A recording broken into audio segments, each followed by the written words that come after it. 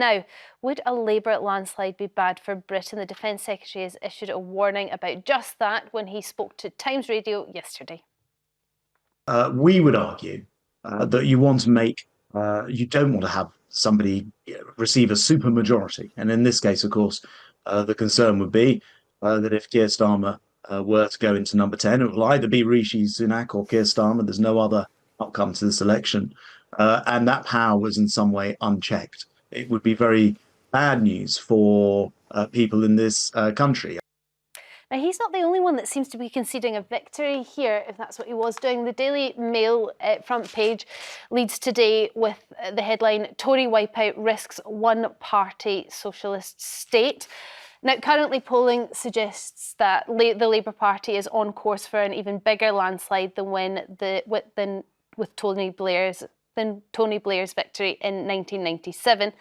But it's certainly not a done deal, and the polls have been wrong before. So, are you worried about a so-called supermajority win for Labour? Give us a call, 0207 862 2222, and we'll speak to you in just a moment. Nick, what do you think? Is it a worry, a landslide victory? I think it's a huge worry.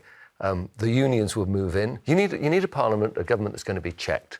And an unchecked government, they can basically carte blanche do what they want. And we know Starmer's there at the moment, and Starmer, to be fair, is probably reasonably Tory. He's a little bit like Blair. He's certainly very central or right of the Labour Party. But I think the moment they get in, they're predicting, I think, 197-seat majority, which is the biggest, as you say. They will do exactly what they want. I don't think he will last. I think he'll be pushed out, and we're going to have policies of tax and spend. We've heard on their manifesto already, they say, we're not going to raise these taxes, but interestingly enough, they've not talked about capital gains, they've not talked about inheritance tax, they've not talked about wealth tax. When they're specifically asked, all they say is, well, we haven't got any plans. So obviously that's a euphemism for actually that's exactly what we're going to do. They're going to have to get money from somewhere. Well, they're talking also about trying to grow the economy, which is good, which is encouraging. Basically, I think you always need someone who's accountable. And if it's a runaway machine, it's going to be dangerous, particularly when we have a very fragile security situation at the moment and we have Angela Rayner talking about nuclear disarmament. OK, well, I don't think she is. I think she's saying that can't be done at the moment. But I just want to look at the latest poll here from Electoral Calculus, because you're talking about an incredible landslide here. And absolutely, if we look at the last two columns, this is what the predicted percentage vote will be. And then the last column is the number of seats. So you've got Labour there as the second column down, the kind of pinky colour, 472 seats to Conservatives 76.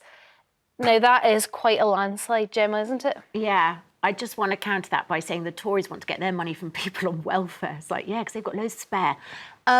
So firstly, I don't think it's a foregone conclusion. But if this played out, would this be a problem? Yeah, but 45% of the electorate apparently are undecided. I find that really interesting. Really? So, yeah, there was a really big poll out recently saying 45% are undecided. Oh, wow. And those people, I suspect a lot of them don't want to admit that they'd probably vote Tory, because it's like a dirty word at the moment. And you've also got reform in there as well. People are thinking, I quite like what they're saying, but is it a waste of vote? And you've also got perhaps complacency that Labour are going to do it, so I'm not going to bother. And you've also got a lot on the left who can't see a piece of paper between Labour and Tory. So I don't really have my Mr. Meg hat on.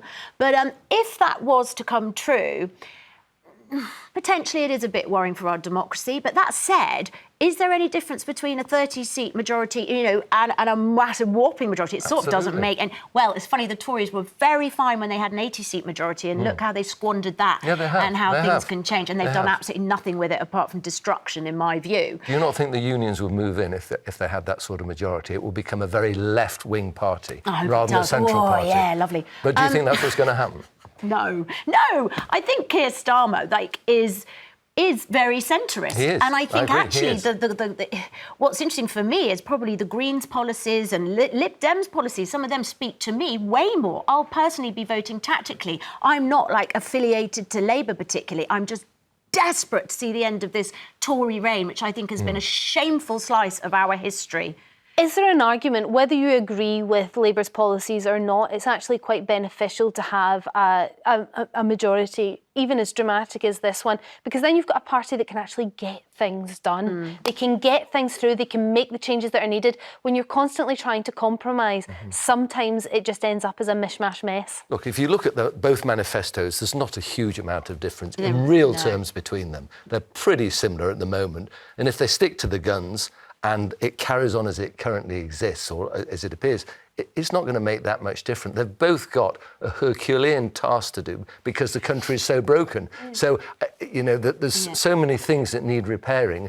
And Starmer, to be fair, has hinted that we are not going to be throwing money at all sorts of things. There is going to be a spending squeeze, which is again a sort of a suggestion of a bit of austerity coming for our public services. I have heard economists time and time again say that there is a potential here that the parties aren't being completely open and transparent. And when I say parties, I do mean the two main parties, Conservatives and Labour, aren't being completely open about tax increases and spending cuts. One will have to happen or both will have to happen. And so when Keir Starmer says there's not going to be any surprises in tax, do you believe him, Jemma? Look, I do think, to be fair to Labour, they haven't probably had full sight of the state of the Treasury just yet. Well, they know what it is. They know it's horrendous. Yeah, they know it's horrendous. The scale of that. As bad as they can imagine. As bad as they can imagine. Exactly. So he can come clean and tell us what he's going to do. But actually, the one thing I do appreciate is perhaps not over-promising, which I do believe he's doing quite well. And what he said this morning? I'm not going to say I can do that. And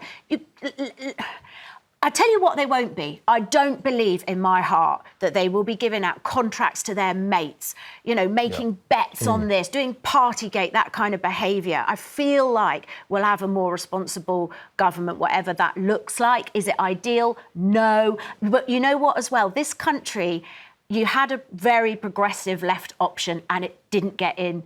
And we are, I believe, a country that kind of is sort of quite middle ground, quite centrist, and so that's what they've done to hoover up disillusioned Conservatives.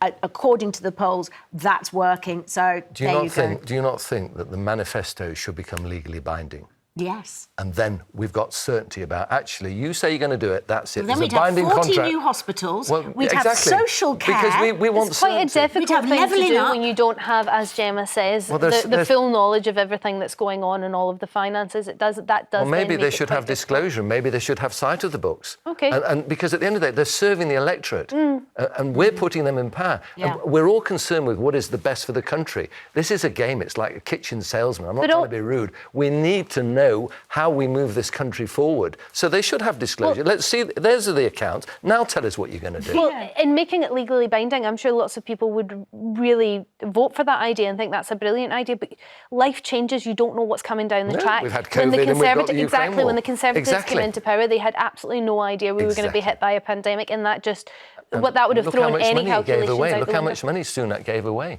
Yeah, true. Billions. Yeah, apart from to sole traders. The 3 million excluded, don't like that. Do you remember when he gave furlough to everybody apart from 3 million people who really needed it? Well, look, nothing's perfect, but he gave away billions to keep people going, didn't he? Yeah, but so did every country. It's like, not to this extent. OK, Patrick from Glasgow, are you worried about a Labour landslide? I'm more worried about the Tories getting into power because I think they'll cause more poverty in the country if they get in. Again? Yeah. Do you think there's a chance, Patrick? Yes, there might be a chance. Well, the Daily Mail's not convinced that there's a chance. Don't rely on that. And also Grant Shapps doesn't sound very convinced either, does he? He doesn't look convinced either, does he? Well, they might and they might not. It depends on the voters as well. But your bigger concern would be the Conservative Party. Do you have any worries about reform then? Maybe a wee bit. What's your major concern there? But they might do the same things as the Tories. Well, they may. So where do you think that Keir Starmer will do well then? I don't know, really. I couldn't say for sure until they get in. Right. OK, thank you, Patrick. Keir Starmer has been launching the Labour manifesto this morning and was asked about being ahead in the polls. And here's what he had to say about it. Should we prepare for a one-party socialist state, as the Tories say, And is that a good thing? Look, Chris, let's reject the cynicism of the Tory campaign. All they want to do in a general election is to suppress the vote. I know that not a single vote has been cast in this election. Polls don't predict the future, and every single vote has to be earned. And we will earn it with our plan for growth, our plan for creation of wealth in the future. So that is our plan. And yes, I do want a mandate to be able to put this plan into action. I do want people to vote Labour to give us the mandate that we need. There you go. That was him speaking today. I think he's still speaking, actually, about the manifesto, his manifesto. Jeremy from London, would you be worried about a Labour landslide? Oh, yes. Why? Because I think the last time I voted, the last time in 97, as I said, Tony Blair, and look what he's done afterwards as well. The reason I say that is I think Labour are good at putting things like the national health together, so was Tony Blair back a bit stronger. But financially, to run a country in those issues, no. So it'd be too dangerous. I'm a little bit confused as to what you're saying. So you're saying that the Labour Party are very good at putting the NHS back together, which is something that we need at the moment. They were. When it comes to public things, I think they're good at. But isn't that what we need?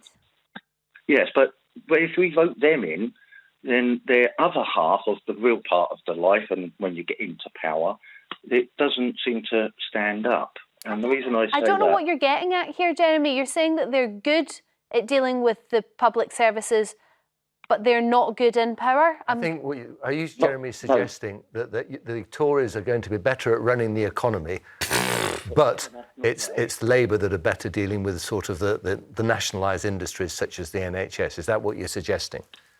Yes.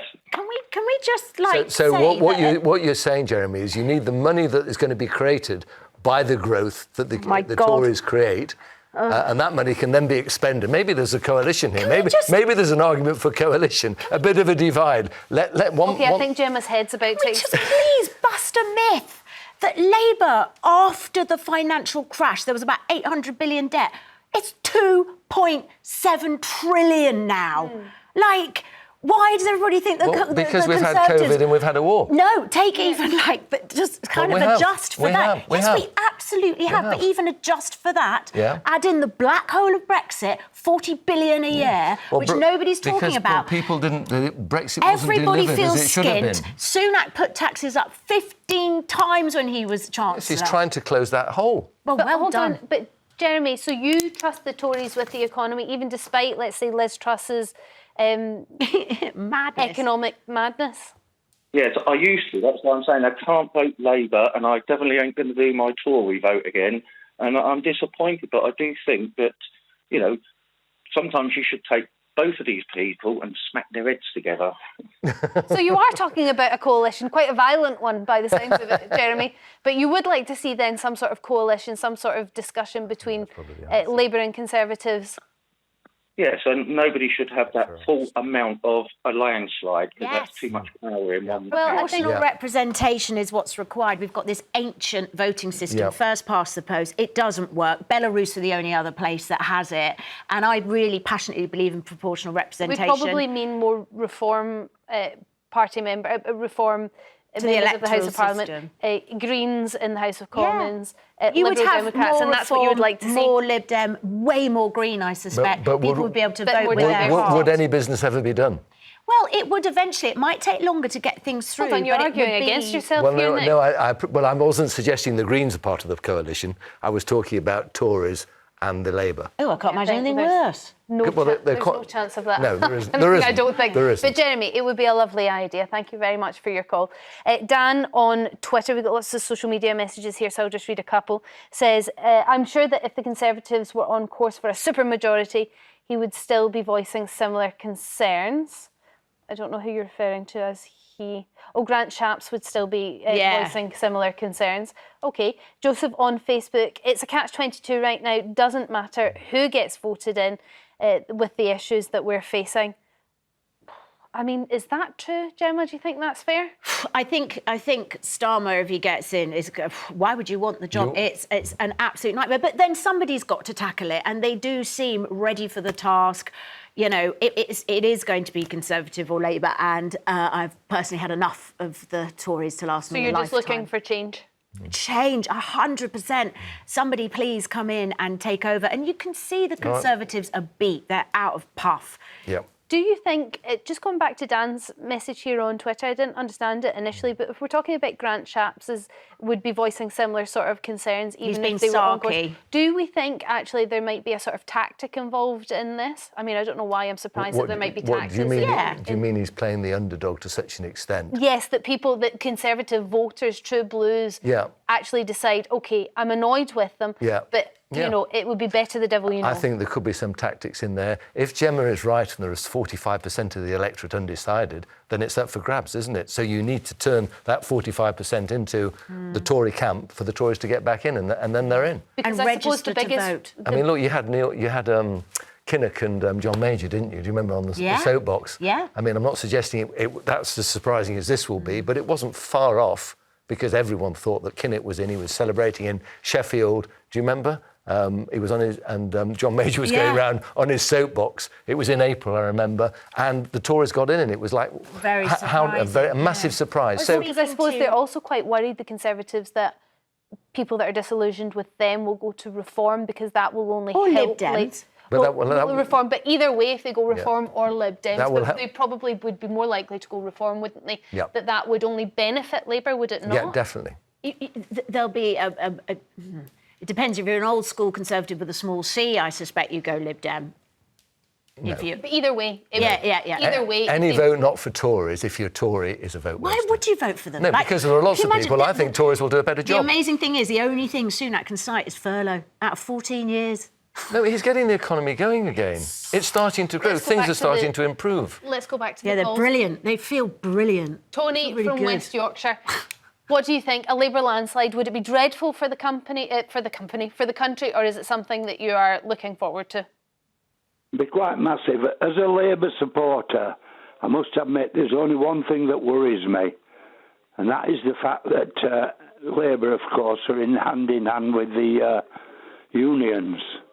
Well, now, to put that right, we have a committee of 30 people to decide the doctors' wages, etc., the train drivers from different walks of life, and it would be non-political.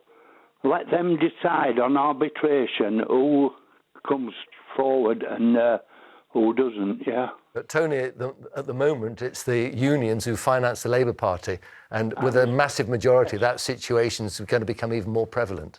But do you think that Keir Starmer might be the man to deal with? If we had a party of 30 people from different walks of life to decide on these massive argumental ones, it would be non-political then. Well, I think, Tony, what we have at the moment is supposedly an independent organisation that decides in the public sector who gets pay rises and who doesn't, and by how much. There is already a body that exists. The problem is that people disagree with that body, and that's when we get strikes. So I suppose the bigger question is, do you think Keir Starmer has it to be able to end the negotiations in a way that everybody's, well, maybe nobody's happy, but nobody's unhappy? Yeah, well, that's where the Labour Party will come unstuck then if they leave it to the unions. And there should be a party of 30 people from different walks Tony, of life. you did mention that a couple of times, Tony. You did mention it. Yeah. But Jemma, what do you think about Keir Starmer's ability to handle the unions? Well, he's purged the party of lots of progressives, lots of real socialists. He certainly means business. Whether that's a good thing or a bad thing, it's a good thing. It's definitely it's a good thing. I feel like I did read somewhere that actually one of the biggest unions in the country were not happy with Labour's manifesto, so they're already happening there. They're already scratching their itch because they want to sort the country out in the way that they do, and that's why a massive majority will swing so far to the left it will destroy the advances we've recently made. We'll see, as I said. Whereas polls with the are right, often we wrong. pandered to Nigel Farage, we got Brexit, which has just been a disaster. And ironically, Okay, it's I'm going to killed have to the wrap this up. Conservative I have to Party. say, the whole show, there's been negotiations all the way in debate, all the way through the breaks. So it is quite hard to wrap this up. But Tony, thank you very much for your calls. Thank you. We're going to have to move on.